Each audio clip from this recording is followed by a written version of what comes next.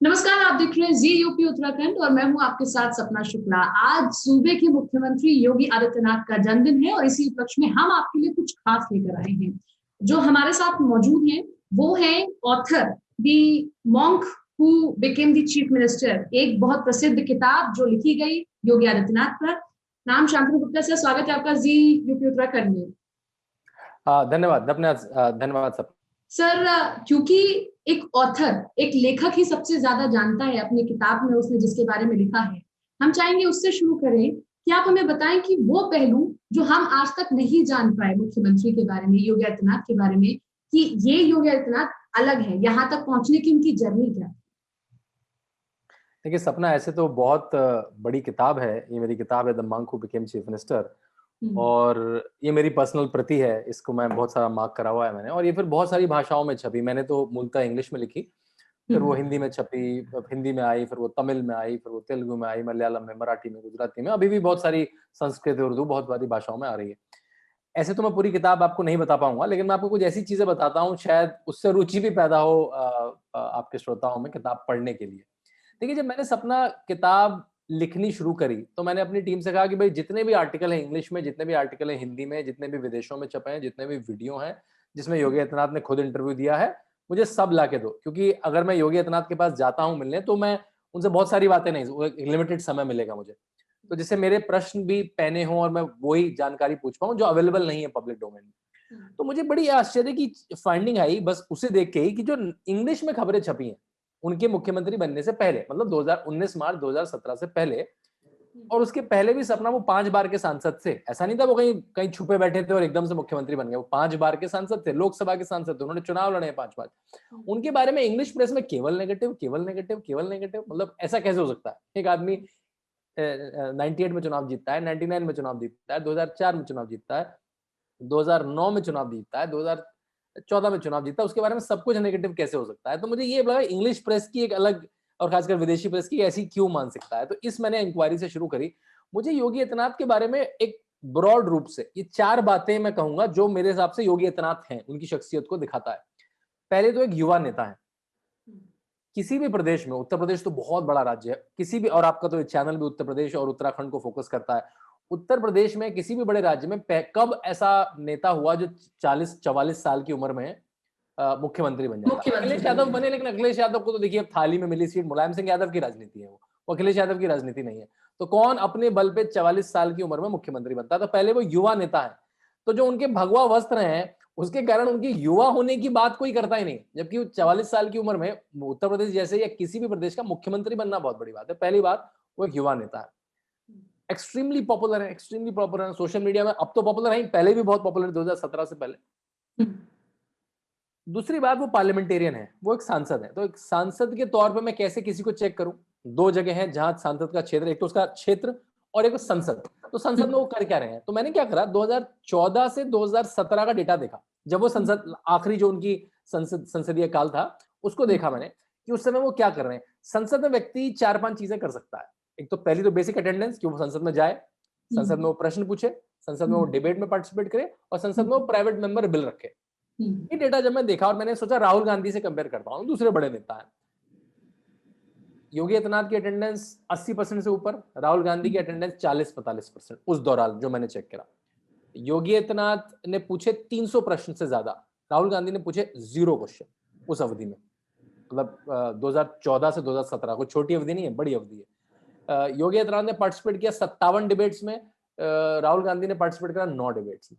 योगी आदित्यनाथ ने प्रेजेंट करे 3 private member bill, Rahul Gandhi ने करे 0 प्राइवेट मेंबर बिल। मतलब आप ये कहना चाह रहे हैं कि वो जाते थे तो उनकी हाजिरी भी पूरी, उनकी हर एक चीज में भागीदारी पूरी रहती थी, जैसे हम और देखते मजे की हैं। बात सपना ये है, भागीदारी तो पूरी, लेकिन वो 300 सवाल पूछ रहे हैं अपनी नरेंद्र मोदी सरकार से।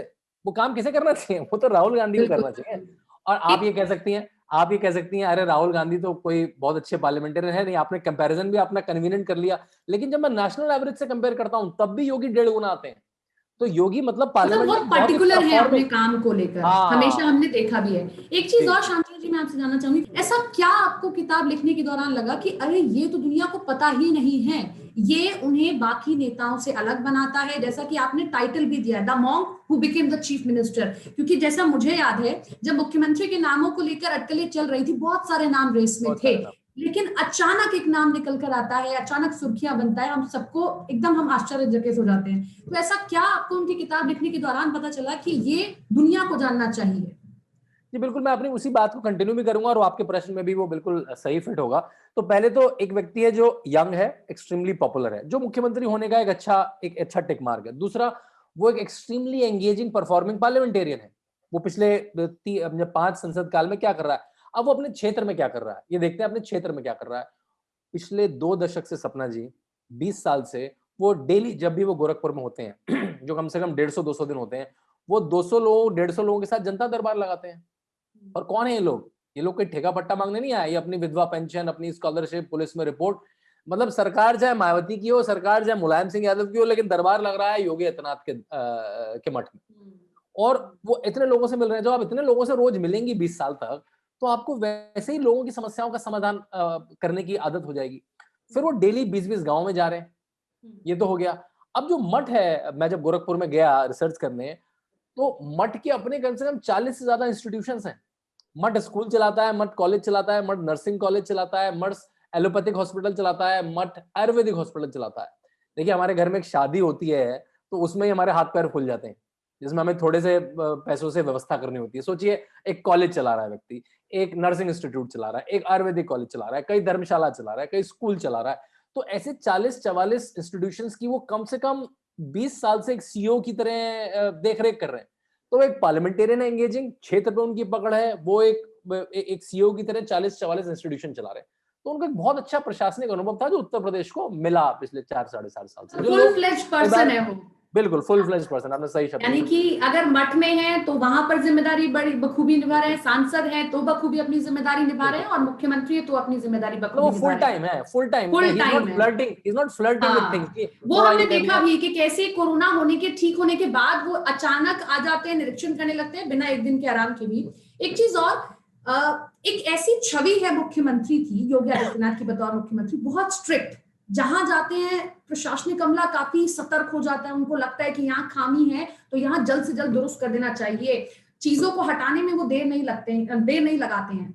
क्या कहते हैं आप, क्योंकि आपने किताब लिखी है, बहुत नजदीक से उन्हें जाना है, वाकई स्ट्रिक्ट है या फिर काम को लेकर इससे स्ट्रिक्ट है? उनका स्वभाव, मैं इससे हटकर स्वभाव जानना चाहती हूँ, दुनिया जानना चाहती है कि स्वभाव कैसा है उनका। बहुत ही सौम्य स्वभाव के व्यक्ति हैं, लेकिन काम में उनको इतनी सी भी आगे पीछे नहीं चाहिए। वो क्यों ऐसा?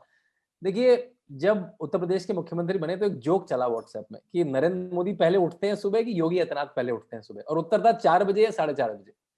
मतलब मैं इससे कहना चाह रहा हूँ कितनी डिसिप्लिन लाइफ जीते हैं दोनों, नरेंद्र मोदी और योगी आदित्यनाथ। एक और उत्तर प्रदेश के आईएएस ऑफिसरों के बीच में बात है कि जब अखिलेश की सरकार हुआ करती थी तो पहला जो फोन आता था आईएएस ऑफिसर को किसी, वो आता था 11 बजे 12 बजे, अब वो फोन 7:30 बजे आ जाता है। तो इससे आप खुद समझ पाएंगे कि मैं क्या कहना चाह रहा हूँ। आपके लैंडलाइन पे फोन आता है पता करने के लिए कि आप ऑफिस में है कि ऑफिस में नहीं है। जब मैं 1 महीने उनकी कुछ मीटिंगों में बैठने को मिला मुझे, जब वो 1 महीने मुख्यमंत्री बने, तो जब जैसे मान लिया किसी ने कहा, एक किसी आईएएस ऑफिसर ने, मिनिस्टर ने कहा कि हमें एयरपोर्ट्स पे ध्यान देना चाहिए, उत्तर प्रदेश में एयरपोर्ट 2-3 ही है जो फंक्शनिंग एयरपोर्ट है। अगले 7-8 मिनट तक योगी आदित्यनाथ एयरपोर्ट पे बात करते हैं, टरमैक कैसी होती है, बोइंग का प्लेन कैसा है, एयर ट्रैफिक कंट्रोल कैसा है। लोग ऐसे, ये पुजारी है कि मतलब इसको एयरपोर्ट के बारे में इतना कैसे पता है। और ऐसी जानकारी उनकी शिक्षा व्यवस्था में थी, ऐसी जानकारी उनकी कृषि में थी। कृषि में केवल बिकती खरीदती नहीं, बोया कैसे जाता है, कब उगता है, कब कटता है। तो उनको मतलब जो बड़े विषय हैं 15-20 किसी राज्य को चलाने में, उनमें हल्की फुल्की जानकारी नहीं है, उसमें ऐसी है बिल्कुल एक प्रोफेशनल जैसी जानकारी है। बल्कि मैं आपको एक बात बताऊंगा, अभी एम्स के डायरेक्टर थे पिछले, इससे पहले गुलेरिया जी से पहले दिल्ली के मिश्रा जी, एमसी मिश्रा जी, आपको पता भी है। एमसी मिश्रा जी ने एक वीडियो मैंने ट्वीट भी कराया, उन्होंने कहा कि जब वो लोकसभा की डिबेट्स में जाते थे तो योगी जी भी आते थे, जैपनीज एंसेफेलाइटिस की, दिमागी बुखार की, और उन्होंने कहा उनको मुझसे ज्यादा जानकारी होती थी जैपनीज एंसेफेलाइटिस की। एक डॉक्टर कह रहा है कि उसको मुझसे, वो एक पब्लिक हेल्थ प्रोफेशनल है। तो और उन्होंने कहा कि उत्तर प्रदेश लकी है कि इस समय पे, इस महामारी के समय में ऐसा व्यक्ति मुख्यमंत्री है जिसको पब्लिक हेल्थ की इतनी ज्यादा जानकारी है। तो जब जिसको इतनी ज्यादा जानकारी हो तो फिर अफसर को दिक्कत तो आएगी, क्योंकि अफसर घुमा नहीं सकता उनको। बहुत जरूरी है ये, सूबे के मुख्यमंत्री जब इतने स्ट्रिक्ट रहते हैं तभी अफसर भी बहुत स्ट्रिक्ट रहते हैं। और स्ट्रिक्ट होने के लिए आपको जानकारी भी होनी चाहिए, तो आप स्ट्रिक्ट नहीं रह पाएंगे, नहीं तो मैं आपको कुछ बोलूंगा आप घूम जाएंगे। बिल्कुल। एक चीज और मैं आपके टाइटल से जुड़ी हुई अब जानना चाहूंगी, एक मठ के पुजारी को, एक मठाधीश को कभी किसी ने नहीं सोचा था कि मुख्यमंत्री बनेंगे। मैं चाहूंगी कि कुछ ऐसा अलग बताएं आप जो आपने देखा कि आपने ये टाइटल सोचा, the monk who become the chief minister. वाकई ये समझ से परे था। मैं बार बार इसी का जिक्र इसलिए कर रही हूँ क्योंकि मैंने वो चुनाव देखा, हम सब ने देखा था, बहुत सारे नाम थे लेकिन उनके बीच में से अचानक हो गया इतना जाता है। और आज के समय में उनकी लोकप्रियता कितनी है हम सब समझते हैं कि वो लोकप्रियता के पैमाने पर कहाँ आते हैं। देखिए मैंने टाइटल पे लिखा था monk who became chief minister, क्योंकि लोगों के दिमाग में यही, मतलब जो उनके विपक्षी हैं, अरे ये कैसे हो सकता है, साधु कैसे बन गया, मतलब वो नरेंद्र मोदी से ही परेशान थे, अब तो व्यक्ति भगवा पहन के ही सीट पे आ गया, तो वो तो उनकी दिक्कतें और बढ़ गई। कुछ लोगों ने कहा अरे सन्यासी को तो संन्यास लेना चाहिए, सन्यासी को तो मतलब अलग कहीं कंदराओं में रहना चाहिए, हिमालय पे रहना चाहिए, ये राजनीति के मजे क्यों ले रहा है।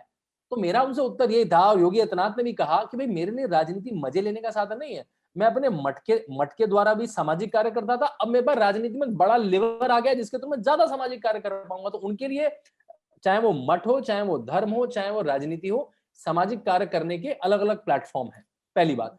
दूसरी बात, लोगों को सुन के मजा आएगा, जब उनकी उम्र 20-21 साल थी तो अपने घर पे बिना बताए गोरखपुर चले गए। उसके पहले बहुत सारी उनकी मीटिंग्स हुई महेंद्र वैद्यनाथ के साथ, जो उनके गुरु थे और सांसद भी थे और विधायक भी थे वहां से, उनके साथ बहुत सारी मीटिंग्स हुई उनकी अलग अलग जगह पे, और वो अपने घर पे बिना बताए, मतलब ये बताया गया कि मैं गोरखपुर में कुछ काम के लिए जा रहा हूँ।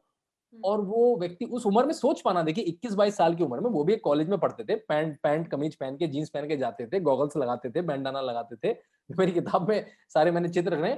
ऐसा एक व्यक्ति सब छोड़ के चला जाता है 21-22 साल की उम्र में, और वहां का महंत बनने के लिए, और महंत डेजिग्नेट मतलब कि छोटे महंत जो उनके बाद महंत बनेंगे, उसके लिए तैयार हो जाता है। तो आप दृढ़ शक्ति सोच सकती है 22-21 साल के लड़के की। और उसके बाद वो उसकी ट्रेनिंग कैसे होती है, अशोक सिंघल जी, लाल कृष्ण आडवाणी, वो आ जा रहे हैं।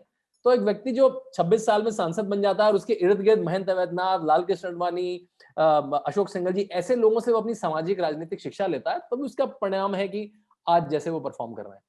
बिल्कुल, और शायद यही कारण है कि आज कोरोना के मामले में भी उत्तर प्रदेश बाकी राज्यों के मुकाबले बहुत अच्छा कर रहा है। बहुत बहुत शुक्रिया सर आपका जुड़ने के लिए। आपके जरिए हम चाहते थे कि जनता, दुनिया, प्रदेश ये जाने कि कैसे योगी आदित्यनाथ एक मठ में जाते हैं, वहां पर मठाधीश बनते हैं, उसके बाद कैसे उनका सियासी सफर रहता है, 5 बार के सांसद रहते हैं, उसके बाद मुख्यमंत्री बन जाते हैं। आसान सफर नहीं था, रोचक पड़ाव हम हमसे जानना चाहते थे। बहुत सारी जानकारी आपने दी। बहुत बहुत शुक्रिया सर जुड़ने के लिए जी यूपी उत्तराखंड से। धन्यवाद सपना, धन्यवाद।